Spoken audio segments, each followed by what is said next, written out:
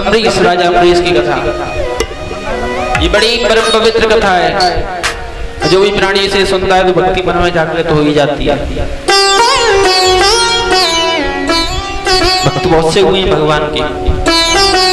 उन भक्तों में एक नाम आता है अम्बरीश का। ये जो अम्बरीश है बड़े ही सुंदर है।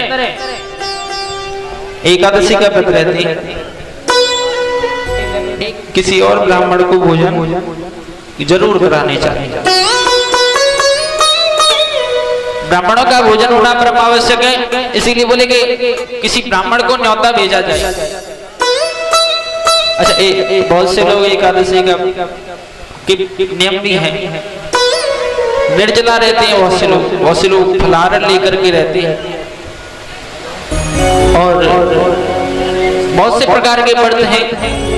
लेकिन जो राजा अम्बरीश हैं वो अपने व्रत में जल भी नहीं पीते। बोले अच्छा कि हाँ, जल भी वो पान नहीं करते, इसीलिए बहुत उत्तम व्रत है उनका। एक दिन क्या हुआ कि दुर्वासा ऋषि एकादशी के दिन आए। दुर्वासा ऋषि का राजा अम्बरीश के यहाँ पर आगमन हुआ। बोले आइए भगवान। बड़ा ही सुंदर सा सम्मान किया। बोले क्या बात है? बोले बात कुछ नहीं है, हम एक ब्राह्मण ढूंढ रहे थे कि द्वादशी को किसी ब्राह्मण को भोजन करा दें, और आपसे अच्छा ब्राह्मण कहाँ मिलेगा? बोले कहते तो ठीक हो, एकादशी का व्रत तो हम भी रहते हैं। बोले फिर क्या? बोले एकादशी का व्रत रहते हैं तो द्वादशी का भोजन हम तुम्हारे यहाँ पे करेंगे। बोले इससे अच्छा विचार क्या होगा? राजा अम्बरीश के यहाँ पर दुर्वासा ऋषि विराजमान हो जाते हैं द्वादशी के भोजन के लिए। कभी कभी ऐसा हो जाता है कि एक ही दिन 2 तिथियां हो जाती है। द्वादशी भी उसी दिन है, त्रयोदशी भी उसी दिन है। तो उस दिन ऐसा ही हुआ। 12 बजे के बाद में त्रयोदशी लगने ही वाली थी, और यदि त्रयोदशी में व्रत का पारायण करें तो ये अच्छी बात थोड़ी है। बोले फिर क्या? बोले इसीलिए राजा अम्बरीश से उनके ब्राह्मणों ने कहा जब तक दुर्वासा ऋषि नहीं आए। राजा अम्बरीश के जो ब्राह्मण थे उन्होंने कहा कि त्रयोदशी लगने वाली है, द्वादशी में पारायण करने। बोले ब्राह्मण घर पर आए बिना उनके भोजन कैसे करूं? बोले कोई बात नहीं, आप निर्जला व्रत रहते हैं कि हाँ। बोले तो जल पी लीजिए, जल पी करके और पारायण कर लीजिए। ब्राह्मणों का मान भी रह जाएगा और आपका भी पारायण हो जाएगा। बोले कहते तो ठीक है। भगवान का चरणामृत लिया और जैसे ही पीने को हुए हैं तुरंत दुर्वासा ऋषि वहां पर प्रकट हो गए। और आज जैसे ही दुर्वासा ऋषि आए, आकर के देखा, बोले पहले भोजन कर लेता है और फिर ब्राह्मणों को बुलाता है। मूर्ख पापी।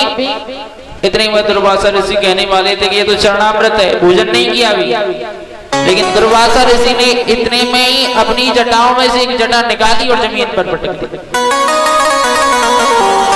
उसमें से भयंकर कृत्या नाम की राक्षसी, जो कि अग्नि के समान थी, भयंकर रूप लेकर के अम्बरीश की ओर दौड़ी है।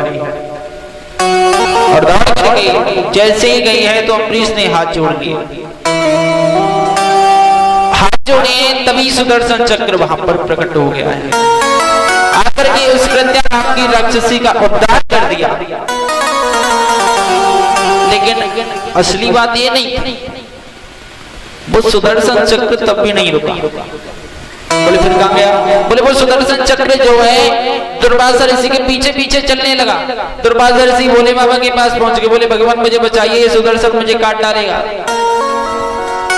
बोले कि अब कुछ नहीं हो सकता है।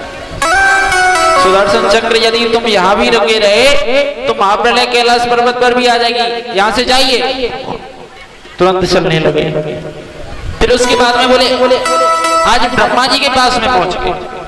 बोले ब्रह्मा जी आप तो देवों के देव हैं, सृष्टि के रचयिता हैं, कुछ कीजिए, सुदर्शन चक्र को रोकिए।